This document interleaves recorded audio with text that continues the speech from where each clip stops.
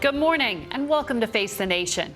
As we come on the air, the Senate is poised to make the biggest investment to fight global warming in history, with the hopes of reducing carbon emissions 40% by 2030. This long-stalled bill will now expand credits for the manufacture and purchase of electric vehicles, fund rebates for energy-efficient appliances, allocate money to fight drought in western states, and help vulnerable communities impacted by climate change.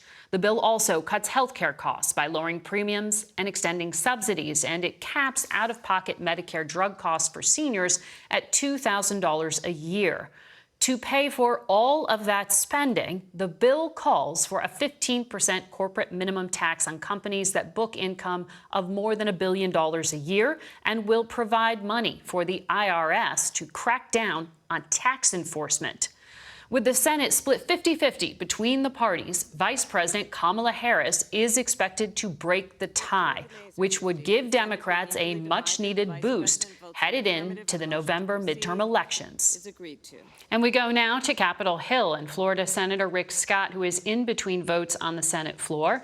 He's also the head of the Republican Senate Campaign Committee, working to retake control of the Senate. Senator Scott, good morning. I know you have been up all night, so I appreciate you joining this morning. I hope I'm coherent.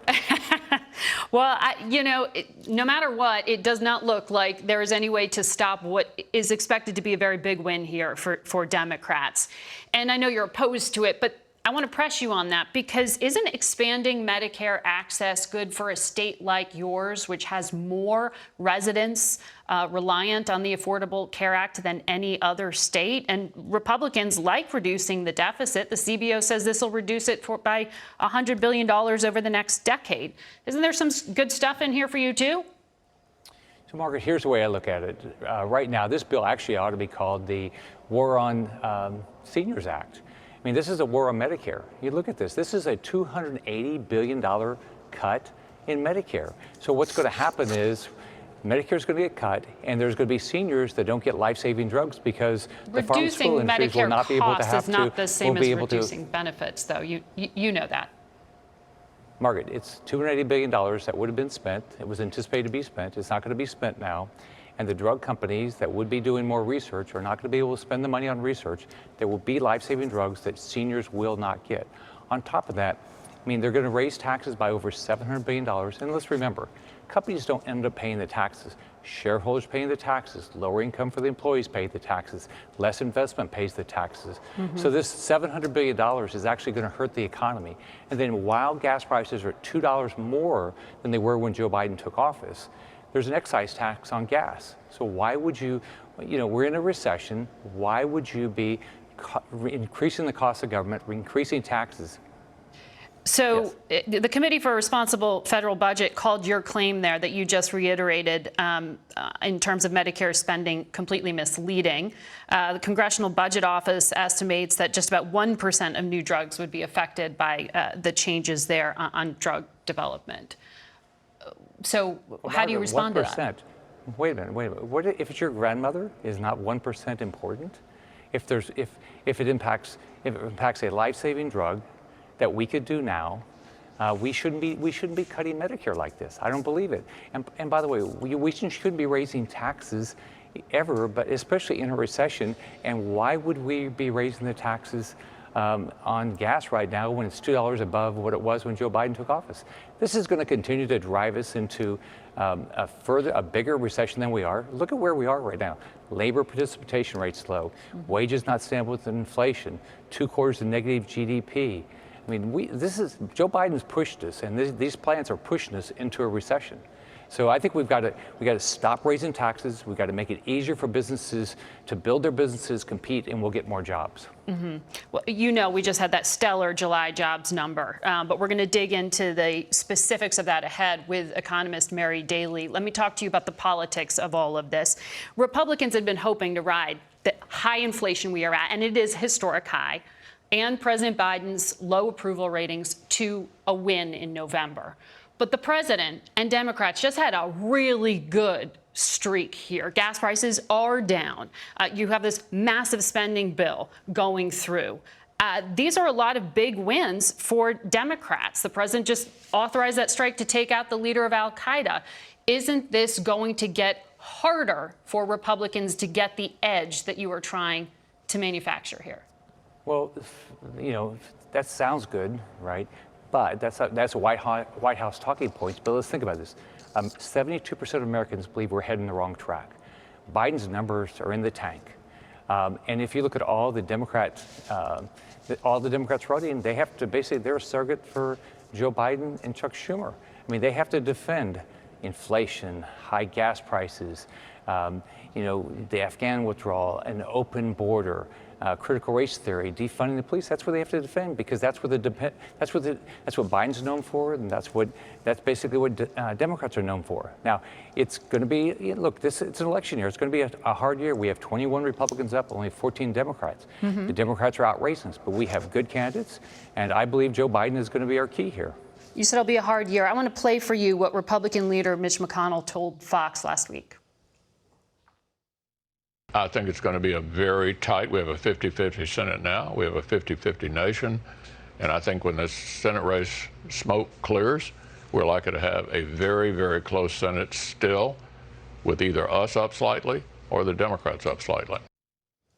If things are so bad, then why is it going to be so tight for Republicans? Well, first off, we have very good candidates.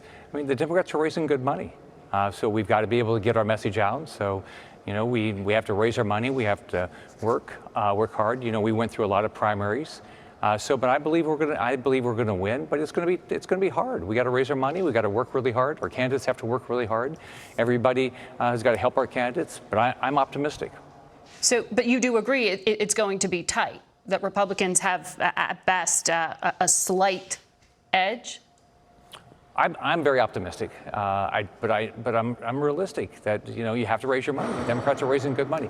Joe Biden is our key here. Mm-hmm. And by the way, this bill is not going to help Democrats. It's going to help Republicans. Raising taxes $700 billion, cutting Medicare $280 billion, raising gas taxes, having 87,000 more IRS agents. You know how happy people are to have more IRS agents out there? I mean, this is not going to be popular around the country. In a local radio interview in July, you talked a lot about your business as an executive, and you said we should start electing people that we would hire.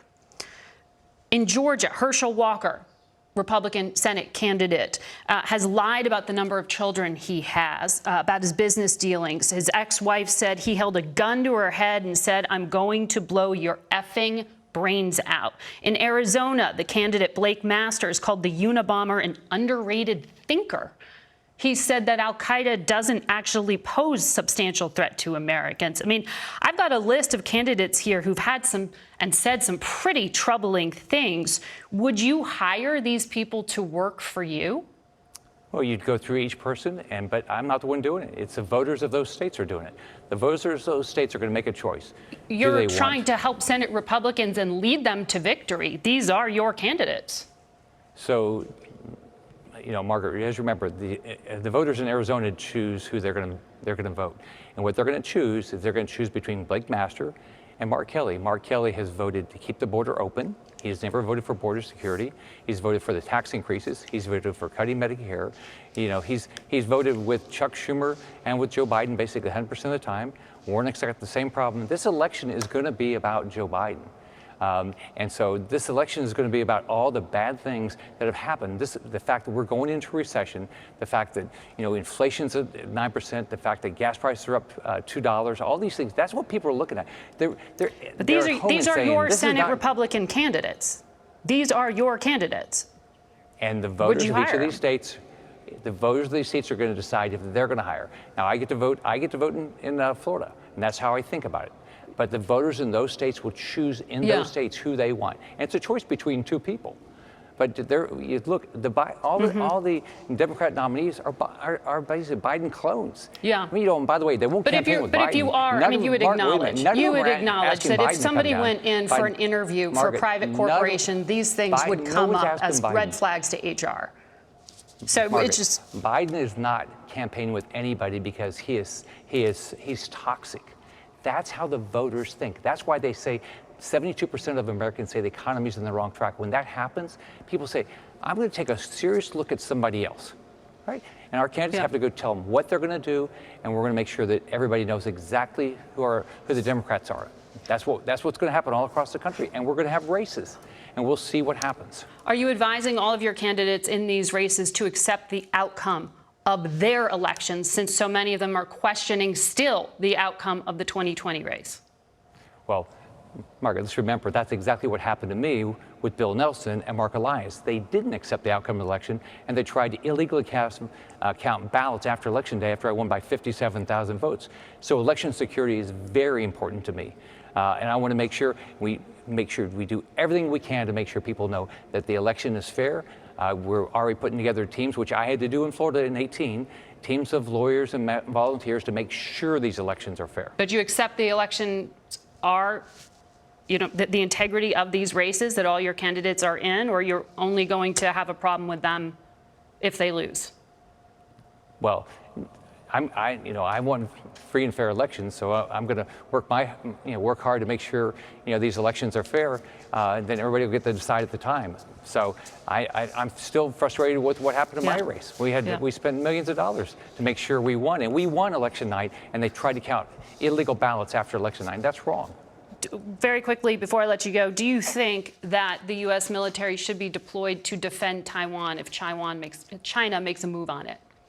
I think we've got to be very clear that we will defend Taiwan. We've got to be very clear exactly what's going to happen to China, with exactly what sanctions is going to happen to China if they invade Taiwan. I think all American businesses need to understand that they're at risk right now if they're doing business there. And I think every American, whenever they see a box that says made in China, they ought to send it back to whoever sent it to them and say, I'll never buy another product made in China. Well, there's a whole story about inflation there, Senator, but that's for another day. We got to leave it there. Thank you for your time, and I'll let you get back to work there.